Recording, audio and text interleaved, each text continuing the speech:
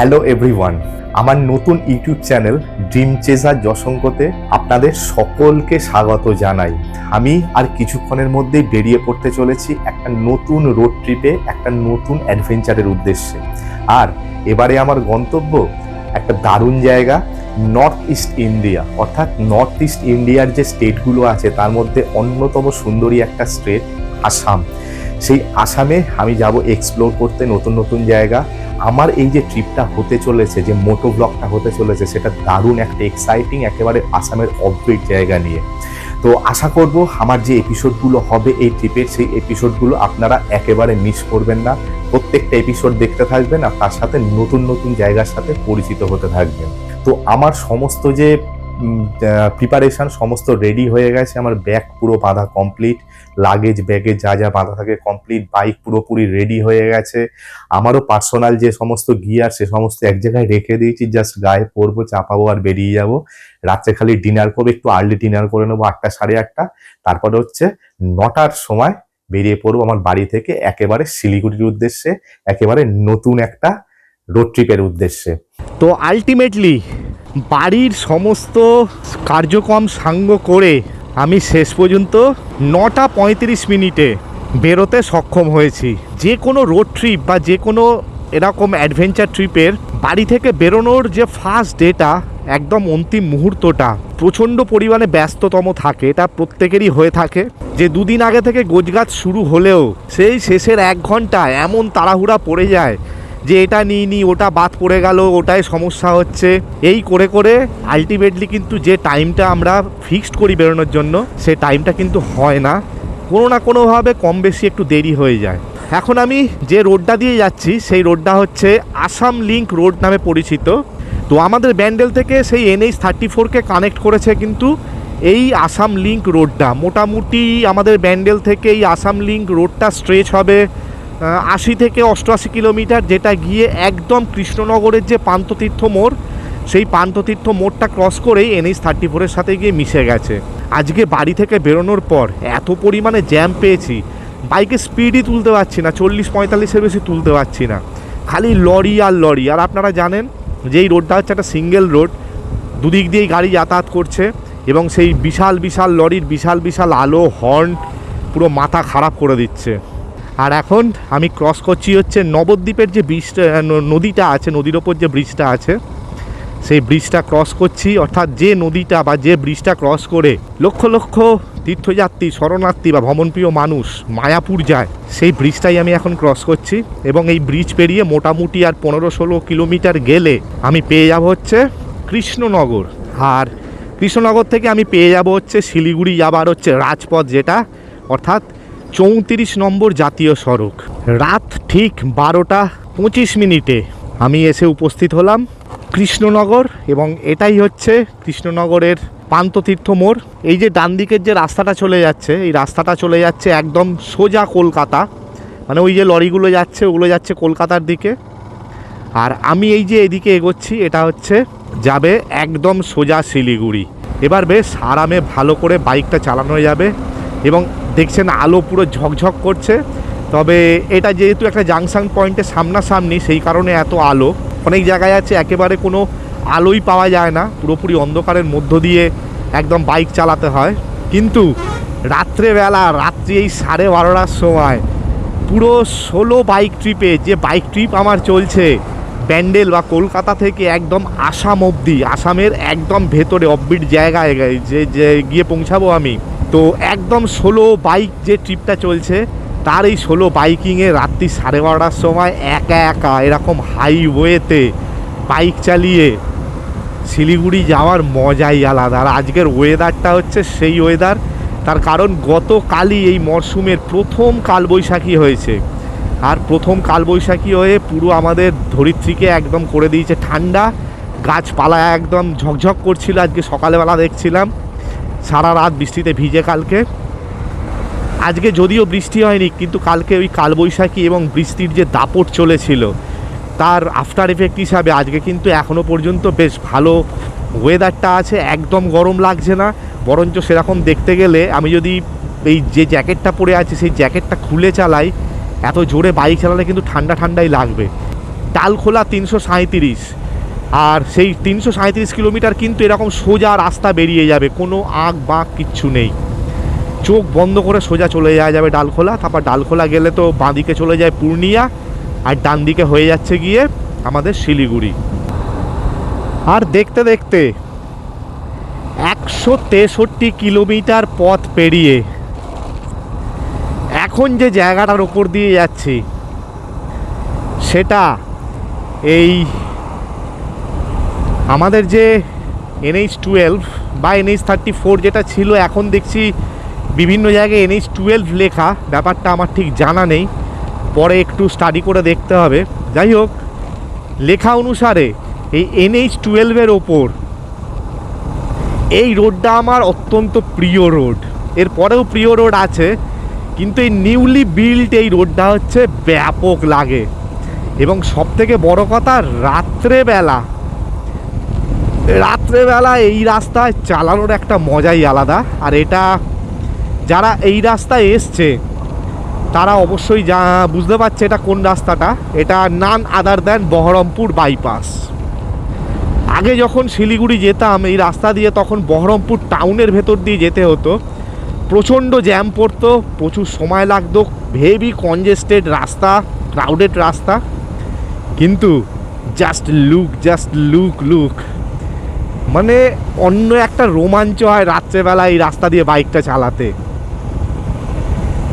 দূরের লাইটগুলো এত সুন্দর দেখতে লাগছে কি বলবো। ক্যামেরা কিন্তু এই সমস্ত ব্যাপারগুলোকে ঠিক জাস্টিফাই করে না। হ্যাঁ, দেখায় একটা আলো জ্বলছে, সাদা আলো, হলুদ আলো, সেখান থেকে বাইক চালিয়ে যাচ্ছি একটা হাই রোডের ওপর দিয়ে, দেখায় সেটা। কিন্তু নিজে ফিজিক্যালি এই রাত্রি 1টার সময় এই রকম একটা শুনশান রাস্তা দিয়ে সম্পূর্ণ সোলো বাইকিং করে একটা লং ট্রিপ, প্রায় 1800 থেকে 2000 কিলোমিটার এক পিঠের ট্রিপ, কলকাতা থেকে আসাম, অনেক ভেতরে আসামের যাব। তো সেই রকম একটা ট্রিপে এইরকম রাস্তা দিয়ে যখন রাত্রেবেলায় যাচ্ছি, তখন একটা শরীরে না একটা কাঁটা দিচ্ছে। তো এখন বাজে হচ্ছে 2:08। সেই রাত্রি 9:30টার সময় প্যান্ডেল থেকে বার হওয়ার পর একবার ফার্স্ট দাঁড়িয়েছিলাম হচ্ছে নবদ্বীপে দাঁড়ানোর পর তারপর একটানা প্রায় 100 কিলোমিটারের উপর চালিয়ে সরাসরি এসে এখন যে জায়গাটায় দাঁড়িয়ে আছি, সেই জায়গাটা পেছনে আলোর জন্য হয়তো বোঝা যাচ্ছে না, সেটা হচ্ছে বহরমপুর ফারাক্কা হাইওয়ের তার যে টোল, সেই টোলের জায়গাটায়। এখান থেকে ফারাক্কা আর খুব বেশি হলে হয়তো 85 থেকে 90 কিলোমিটার হবে। বহরমপুর আমি ক্রস করে চলে এসেছি, এরপরে 90 কিলোমিটারের মধ্যে আছে ফারাক্কা। আর একদম সামনে এখান থেকে একটু যদি যাই হয়তো 10 থেকে 12 কিলোমিটার হবে। সেই 10 থেকে 12 কিলোমিটার পথ গেলেই কিন্তু পেয়ে যাবো হচ্ছে পলসন্ডায় আছে ভালো ভালো ধাবা। তো আমার ইচ্ছা ছিল যে একেবারে পলসন্ডায় গিয়ে ওখানে বসে খাবো দাবো, দিয়ে রেস্টটা নেব। কিন্তু এখানে রাতের পরিবেশটা এত সুন্দর, প্লাস এখানে টোল প্লাজা, প্রচুর লরি দাঁড়িয়ে আছে, প্রচুর আলো, বেশ সেফ। সেই জায়গায় আমি দাঁড়িয়ে একটু বেশ কথা বলে নিতে পারবো, রেস্ট নিতে পারবো। আর আমার খুব খিদে পাচ্ছিল আর ঘুমও পাচ্ছিল খুব। তো খিদেটা মেটাবো পলসন্ডা বা সামনে গিয়ে, কিন্তু চোখটা লেগে আসছিল আর জল তেষ্টা পাচ্ছিল খুব। সেই কারণে এখানটা মিনিট 10-15 দাঁড়িয়ে একটু জল খেয়ে নিয়েছি। আর হচ্ছে কথা বলছি, এখন কথা বলার পর আরেকটু দাঁড়িয়ে 5 মিনিট, তারপর এখান থেকে সোজা বেরিয়ে যাব। দেখি যদি পলসন্ডা ইচ্ছা করে একটু খাবো, নাহলে আর একটু সামনে এগিয়ে গিয়ে খাবো। এনভায়রনমেন্ট বা ক্লাইমেট একদম আমার সাথ দিচ্ছে, গাড়ি দারুণ আমার সাথ দিচ্ছে, রাস্তা এখনো পর্যন্ত সাথ দিচ্ছে, শরীর পুরোপুরি ফিট, অল্প অল্প ঘুম পাচ্ছে কিন্তু সেটা কাটিয়ে নেব। মোটের ওপর সবকিছু পজিটিভলি চলছে, আমিও পুরোপুরি পজিটিভ, এনার্জি এখনো পর্যন্ত পুরোপুরি পজিটিভ। সো সবকিছু যখন পজিটিভ আছে, খুব বেশি দাঁড়ানোর ব্যাপার নেই, এগিয়ে যাব আজকের লক্ষ্যের উদ্দেশ্যে, অর্থাৎ যতদূর এগোনো যায় শিলিগুড়ির দিকে ততদূর। রাতের ফারাক্কা ব্যারেজ তার অবস্থা যে এই হতে পারে সে ধারণা আমার এতদিন হয়নি। তার কারণ আমি এই ফারাক্কার ওপর দিয়ে সকালও গেছি, দুপুরও গেছি, আর এই রাত্রে মধ্যরাতেও গেছি। কিন্তু এবারে ওই ফারাক্কা ঢোকার সাথে সাথে ব্যারেজে ঢোকার আগেই তার 1 কিলোমিটার আগে থেকে যে পরিমাণে জ্যাম পেলাম, আর এখনও মোটামুটি পাচ্ছি। এটা দেখতেই পাচ্ছেন যে মেন যে রাস্তা, সেই মেন রাস্তা থেকে আমি কিন্তু ওপরে উঠে পড়েছি, যেটা হচ্ছে ফুটপাথ। সেই ফুটপাথের ওপর দিয়ে কিন্তু বাইক চালাচ্ছি আমি। জেনারেলি এখানকার যারা লোকাল লোক, সেই লোকাল লোকরা এবং যারা সাইকেল চালায় তারা কিন্তু এই ওপর দিয়ে দিয়ে চালিয়ে বেরিয়ে যায়। জেনারেলি এখানে যে আর্মি বা পুলিশরা থাকে তারা কিন্তু বাইক বা সাইকেলদের কিছু বলে না এই ওপর দিয়ে গেলে। তো গুড মর্নিং। সারা রাত বাইক চালানোর পর একটা নতুন সূর্য আমার সামনে উঠে গেল সূর্য। তো সকালবেলা এখন এই জাস্ট এতে এসে গাজলে এসে একটু চা খেয়ে নিলাম, বিস্কুট খেয়ে নিলাম, দিয়ে চোখে মুখে ভালো করে জল দিয়ে নিলাম, দিয়ে আধ ঘন্টা মতো এখানে দাঁড়িয়েছিলাম, দিয়ে রেস্ট করে নিলাম, দিয়ে আবার এখান থেকে বেরিয়ে যাব। আর এখন টাইম হয়ে গেল মোটামুটি 6:08, এখানে 5:30 নাগাদ ঢুকে গেছিলাম। তো মোটামুটি 6:15-র মধ্যে এখান থেকে বেরিয়ে যাব। বেরিয়ে যাওয়ার পর একদম ডাইরেক্ট ইচ্ছা আছে রায়গঞ্জ পেরিয়ে রায়গঞ্জের যে এটা আছে বাইপাসটা আছে, বাইপাসটা দারুণ, ওখানে কিছু ফটোশ্যুট করব, তারপর হচ্ছে ড্রোন শ্যুট করব আর ইনস্টা 360 শ্যুট করব। শ্যুট করার পর তারপরে একেবারে ডাইরেক্ট ডালখোলা। তো এই হচ্ছে আপাতত প্ল্যান আর আমার আশা। তো দেখা যাক সামনে কি কি ঘটে, সবই থাকছে আপনাদের সাথে পুরো আপডেট। তো দেখতে থাকুন আমার ভিডিও আজকে কলকাতা থেকে শিলিগুড়ি এবং তারপরে আবার টোটাল আসাম ট্রিপ।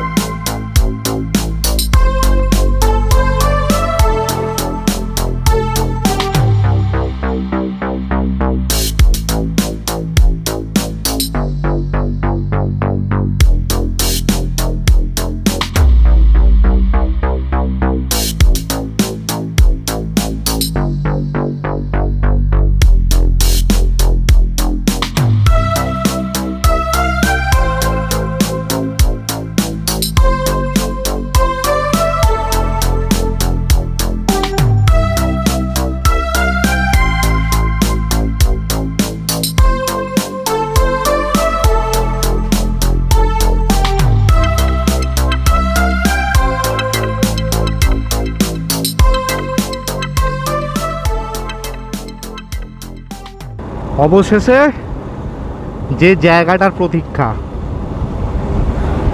সেই ডালখোলা, আমি এসে উপস্থিত হয়ে গেলাম ডালখোলায়। তো সেই রায়গঞ্জ থেকে ডালখোলা অবধি যে সুন্দর রাস্তাটা, সেটা ট্রাভেল করে ফটো তুলে ড্রোন শট করে তারপরে একটু খেয়ে টেয়ে জল খেয়ে আলটিমেটলি 8:30 নাগাদ এই ডালখোলা ক্রস করে গেলাম, ডালখোলা স্টেশন। আর সামনে যে একটা ফ্লাইওভার টাইপের দেখতে পাচ্ছেন, ওখানে দেখুন পরপর লেখা আছে সবুজ একটা বোর্ডের মধ্যে পূর্ণিয়া, কিষানগঞ্জ, শিলিগুড়ি। এই জায়গা থেকে আমাকে চলে যেতে হবে ডান দিকে, আর বাঁ দিকে গেলে পড়বে পূর্ণিয়া। বিহারের যে পূর্ণিয়া আছে সেই পূর্ণিয়া যেতে গেলে বাঁ দিকে চলে যেতে হবে। আর ডান দিকে 127 কিলোমিটার গেলেই আমি পেয়ে যাব হচ্ছে আমার আজকের গন্তব্য শিলিগুড়ি। এই যে আমি ফ্লাইওভারের তলা দিয়ে চলে এসে ঢুকে গেলাম হচ্ছে ডান দিকে, আর পেছন দিকটা সোজা চলে গেলে বিহারে ঢুকে যাব। বিহারে মিন্স পূর্ণিয়া। তবে এই জায়গাটা কিন্তু একটা দারুণ জায়গা, তার কারণ হচ্ছে এই যে আমি এখন ডালখোলা থেকে বা পূর্ণিয়া মোড় থেকে ডান দিকে চলে গেলাম, এটা কিন্তু শুধুমাত্র যে ওয়েস্ট বেঙ্গলের ভেতর তা নয়, মাঝখানে যে কিষানগঞ্জ বলে জায়গাটা পড়ে, ওখানে কিছুটা অঞ্চল কিন্তু মানে বেশ কিছু কিলোমিটার কিন্তু বিহারের মধ্যে পড়ে। অর্থাৎ আমি এখন যাচ্ছি ওয়েস্ট বেঙ্গলের মধ্য দিয়ে, ওখানে কিষানগঞ্জ যখন ক্রস করব তখন বিহারে, আবার কিষানগঞ্জ পার করে ইসলামপুর যখন ক্রস করব তখন আবার ওয়েস্ট বেঙ্গলে ঢুকে যাব। অর্থাৎ একই রাস্তা, মাঝখানে বিহার আবার একদিকে ওয়েস্ট বেঙ্গল, এরকমভাবে চলে। এই যে এই রাস্তাটাই হচ্ছে বিচ্ছিরি, এইরকমভাবে কিন্তু অনেকটা চলে, মনে হয় কীরকম চেঁচে দিয়েছে। দেখুন রাস্তাটা ক্যামেরায় বোঝা যাবে কিনা জানি না, মানে একটা রাস্তাকে যদি চেঁচে দেওয়া হয় লাঙল দিয়ে, তো যেরকম হয়ে থাকে এখানে ঠিক সেই রকম খড়খড়িয়া রাস্তা, তার মধ্যে স্টোন চিপ পুরো একদম গুঁড়ো গুঁড়ো হয়ে চারদিকে ছড়িয়ে আছে। হঠাৎ করে জোরে যদি ব্রেক মারতে হয় এখানে কিন্তু চাকা স্কিড করবে। তো এই রাস্তাটা একটু সচেতনভাবে চালাতে হবে, নাহলে মুশকিল, বাই চান্স কোনো অ্যাক্সিডেন্ট ঘটে যেতে পারে। এখানে জোরে চালানো যাবে না, ধীরে সুস্থে এগোতে হবে। আর এই রাস্তাটাও অনেকটা টাইম খেয়ে নেয়, নইলে আরও কম টাইমে কিন্তু শিলিগুড়ি ঢুকে যাওয়া যায়। কিন্তু কেন যে এই রাস্তাটা সারায় না এটা কিন্তু আমি জানি না। হতে পারে বর্ডার এরিয়া, বর্ডার মানে ওয়েস্ট বেঙ্গল আর হচ্ছে বিহারের বর্ডার এরিয়া বলে করতে চায় না। তো যাই হোক না কেন, যদি রাস্তাটা ভালো হয় তাহলে কিন্তু দুই রাজ্যেরই লোক তো ঠিকঠাক সুবিধা পাবে, বিহারেরই হোক আর বাংলারই হোক। কিন্তু আলটিমেটলি কাজটা কিন্তু হয় না। তো এই হচ্ছে সেই ইসলামপুর বাইপাস, যে রাস্তাটার কথা বলছিলাম। অর্থাৎ এই শিলিগুড়ি যেতে গেলে 3-4টে স্ট্রেচ আছে যেটা আমার মারাত্মক ফেভারিট। ওই যে বহরমপুরের স্ট্রেচটা, তারপরে হচ্ছে মালদার যে বাইপাসটা, তারপরে হয়ে গেল গিয়ে রায়গঞ্জ থেকে ডালখোলা, আর এখানে হচ্ছে ইসলামপুরের এই বাইপাসটা। এ কিন্তু সেরা লেভেলের। শুধু যে রাস্তার জন্য ভালো লাগে তা নয়, এই রাস্তার দুপাশে এত সবুজ, এত সবুজ, দুপাশে তাকিয়ে দেখুন, মানে পুরো সবুজ হয়ে আছে একেবারে। আর সব থেকে বড় ব্যাপার হচ্ছে বৃষ্টি হয়েছে, পুরো চকচক করছে সবুজ, আর তার সাথে হচ্ছে ধান, একেবারে কচি ধানের গাছ, যে কারণে হচ্ছে এত সুন্দর দেখতে লাগছে। আর সব থেকে ভালো লাগে হচ্ছে যখন হচ্ছে এই রাস্তায় যেতে যেতে যখন মেঘ করে না, এরকম আমি 2-3বার পেয়েছিলাম, মানে কালো মেঘ করে এসছে আর দুপাশে এরকম সবুজ ক্ষেত, মাঝখানে রাস্তা, মানে একটা ড্রামাটিক ফিলিংস কাজ করে, মানে পুরো ল্যান্ডস্কেপ, ড্রামাটিক ল্যান্ডস্কেপ যাকে বলে সেই হচ্ছে ড্রামাটিক ল্যান্ডস্কেপ। আর একটা বাইকারের টিম যাচ্ছে এখানে।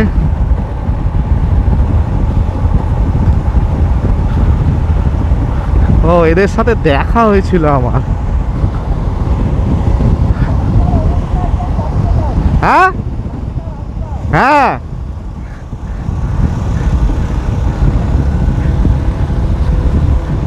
ওরাও বলছে রাস্তার কন্ডিশন। এদের সাথে আমার দেখা হয়েছিল সেই এতে, একদম ভোরবেলায় যখন সেই কি জায়গাটার নাম বেশ, মালদার মালদার পর ঠিক জায়গাটা মনে পড়ছে না, সে যাই হোক। তো ওখানে আমার সাথে দেখা হয়েছিল এদের, ওরাও চা খেতে দাঁড়িয়েছিল, আমিও চা খেতে দাঁড়িয়েছিলাম। দুটো বন্ধু, দুজন বন্ধু, একজন হাজব্যান্ড ওয়াইফ আর একজন হচ্ছে বন্ধু। এরা সব যাচ্ছে, এরা যাবে হচ্ছে নর্থ সিকিম। তো হঠাৎ করে এত দূর এসে, শিলিগুড়ির কাছাকাছি এসে আবার এদের সাথে দেখা, একেই বলে পৃথিবী গোল। কখনো ওরা এগোচ্ছে, কখনো আমি এগোচ্ছি, আবার কখনো আমি পিছিয়ে যাচ্ছি, ওরা এগিয়ে যাচ্ছে, এইভাবে চলছে। তো এত সুন্দর রাস্তা, দুপাশের এত সুন্দর ক্ষেত, তো এই জায়গায় একটা ড্রোন শট হবে না তাই কখনো হয়? তো চলুন এই অবস্থায় একটা দুর্দান্ত ড্রোন শট নিয়ে নিই এবং আপনাদের সাথে সেই ড্রোন শটটা শেয়ার করি।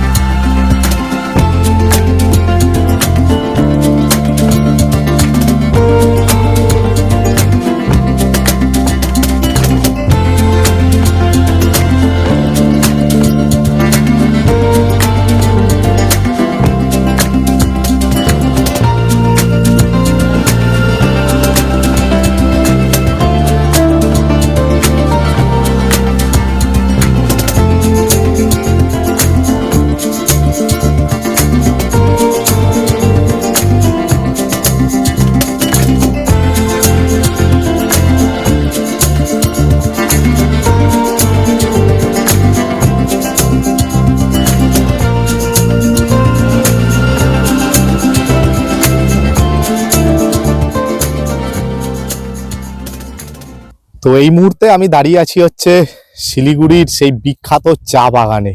রাস্তার ধার দিয়ে আসছিলাম এবং আস্তে আস্তে এত ইচ্ছা হলো যে চায়ের বাগানের ভেতর ঢুকে একটু কথা বলবো, আপনাদের চা বাগানটা দেখাবো। তারপরে হচ্ছে এই চা বাগানের ধারে ধারে যে গাছগুলো থাকে সেই গাছের শীতল ছাওয়ায় একটু বেশ জল খাবো, জিরিয়ে নেব। আর কাঁচা চা পাতার গন্ধ শুকবো, এই মজার কোথায় পাবো? এগুলো হচ্ছে এরকম অ্যাডভেঞ্চার করতে এসেই কিন্তু পাওয়া যায়। তো পেছনে যত দূর দেখতে পাবেন পুরো তত দূর পর্যন্ত হচ্ছে চায়ের বাগান, পুরো সবুজ একদম ঝকঝক করছে। রিসেন্টলি বৃষ্টি হয়েছে যে কারণে হচ্ছে এত সবুজ আর এত ঠান্ডা। এইখানটা রাস্তায় যখন বাইক চালাচ্ছিলাম গরম লাগছিল, হাওয়া লাগলে সেটা ঠান্ডা, কিন্তু এমনি যখন দাঁড়াচ্ছি রোদে তখন গরম লাগছিল। কিন্তু এখানে দাঁড়িয়ে পুরো প্রাণ জুড়িয়ে যাচ্ছে একেবারে, কি বলবো, কোনো এসি ফেসি কিচ্ছু লাগবে না। এই প্রকৃতির মাঝখানে এই সুন্দর একটা চা বাগানের মধ্যে দাঁড়িয়ে মানে অনুভূতিটা যে কি হচ্ছে বলে বোঝাবার মতো নয়। এই হচ্ছে সেই চা বাগান, কি দুর্দান্ত দেখতে।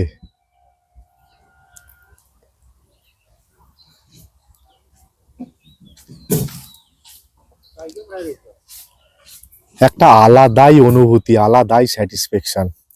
আর ওই দূরে ওই যে গাছতলায় সবাই দাঁড়িয়ে আছে, ওরা এতক্ষণ চা তুলছিল, চাটা তোলার পর তারপরে হচ্ছে এখন ওখানে হয়তো পেমেন্ট নিচ্ছে বা হিসাব নিকাশ চলছে। আর এইদিকের দৃশ্যটা দেখুন, উফ, সেই সেই সেই, কোনো জবাব নেই। গলা শুকিয়ে কাঠ, জল খাচ্ছি তবু যেন বারবার গলা শুকিয়ে যাচ্ছে। কালকে রাত্রে বেশ ঠান্ডা ঠান্ডা লাগছিল বাইক চালানোর সময়, কিন্তু আজকে মোটামুটি 10টা বাজার পর থেকেই প্রচণ্ড গলা শুকাতে শুরু করেছে আর গরম লাগছে। চায়ের শ্রমিকরা সব চা পাতা তুলে দিয়ে, চা পাতা জমা দিয়ে নিজের হিসাব বুঝে নিয়ে সব দলে দলে ফিরে যাচ্ছে দেখছি। আবার বিভিন্ন গাড়ি, ছোট ছোট গাড়ি চা পাতা পুরো বোঝাই করে চলে যাচ্ছে কোনো হয়তো ফ্যাক্টরিতে, সেখানে গিয়ে চায়ের প্রসেসিং হবে। আর কত পথ বাকি আমার, হয়ে গেল টোটাল হচ্ছে 535 কিলোমিটার। ব্যান্ডেল থেকে, বাড়ি থেকে বেরিয়ে 535 কিলোমিটার বাইক চালিয়ে ফেললাম। দীর্ঘ পথ, মোটামুটি হয়তো 560-70 কিলোমিটার গিয়ে আমার আজকের রাইড শেষ হবে প্রথম দিনের।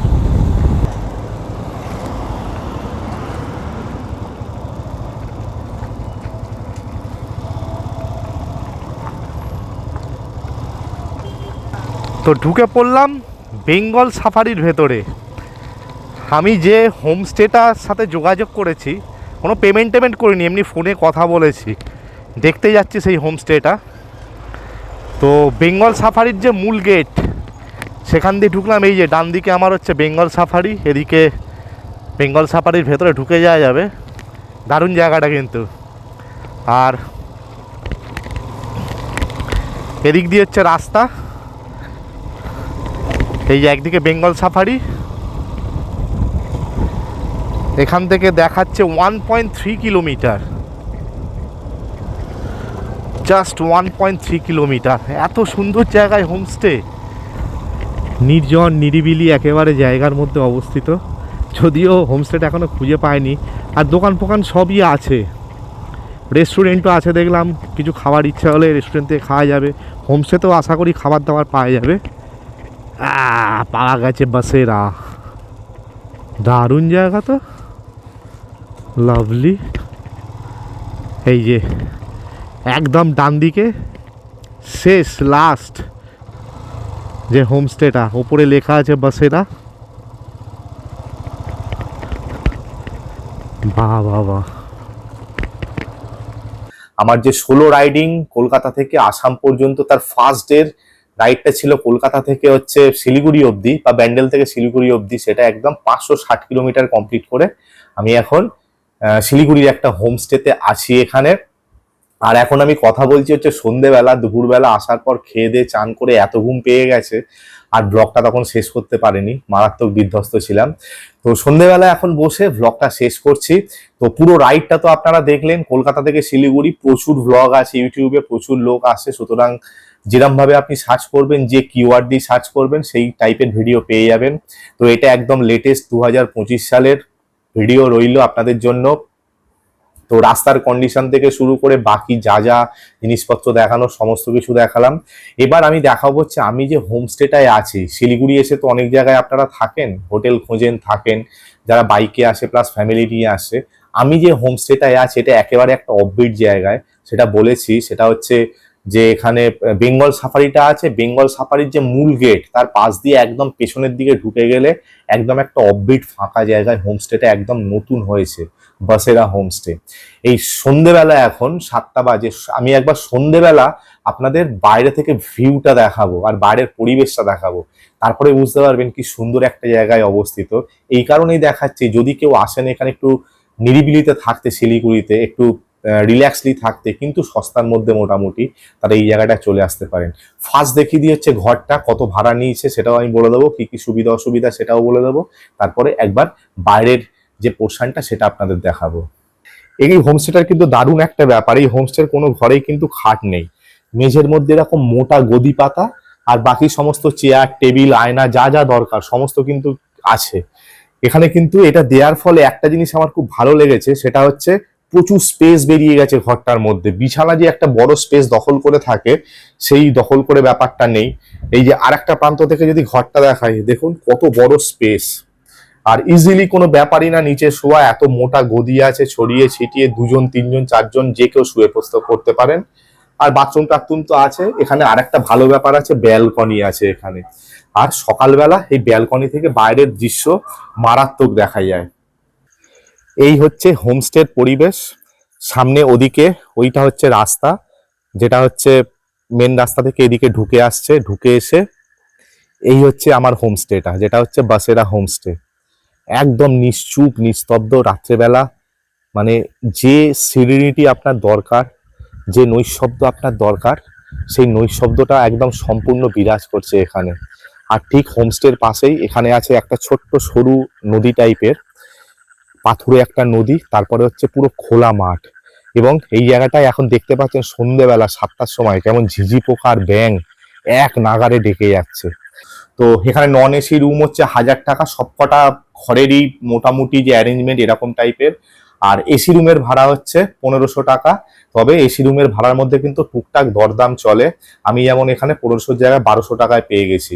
তবে এখানে একটা অসুবিধা আছে, এদের মানে হোটেলের নিজস্ব কোনো কিন্তু কিচেন নেই বা ক্যান্টিন নেই। পাশে আছে রেস্টুরেন্ট, সেই রেস্টুরেন্ট থেকে এনে এরা খাবার দিয়ে দেয়। কিন্তু পাশে যে রেস্টুরেন্টটা আছে খাবারের কোয়ালিটি খুবই ভালো, আমি দুপুরবেলা খেয়েছি, কিন্তু একটু কস্টলি, মানে একটু বেশি কস্টলি। তাই যারা বাজেট ট্রাভেলার তারা এসে থাকার ব্যাপারে কিন্তু এখানে বাজেট একটা স্টে পেয়ে যাবেন, সুন্দর পরিবেশ পেয়ে যাবেন। কিন্তু খাবার জন্য কিন্তু একটু বেশি এখানে খরচা করতে হবে, যেহেতু কস্টলি হয়ে যায়। সেই ক্ষেত্রে আপনারা যদি জনসন বাস স্ট্যান্ডের কাছাকাছি থাকেন, তো সেখানে কিন্তু খাবারের ওয়াইড ভ্যারাইটি আছে, খুব সস্তা থেকে শুরু করে খুব দামি প্রচুর ভ্যারাইটির খাবার আপনারা পেয়ে যাবেন। তো এই হচ্ছে এই হোটেলটার একটাই অসুবিধা, সেটা রেস্টুরেন্ট নেই এবং খাবারের দামটা পাশের রেস্টুরেন্ট থেকে আনতে গেলে একটু কস্টলি পড়ে যায়। তো কালকে আবার নতুন রাইড শুরু হবে, কালকে নতুন রাইড নিয়ে নতুন ব্লগ, সেখানেই আপনাদের সাথে দেখা হচ্ছে এবং সমস্ত ইনফরমেশন কালকের ব্লগেই থাকবে। তো কালকেই সকালে আবার আপনাদের সাথে মিলিত হচ্ছি। ততক্ষণ সবাই ভালো থাকবেন, সুস্থ থাকবেন আর আনন্দে থাকবেন।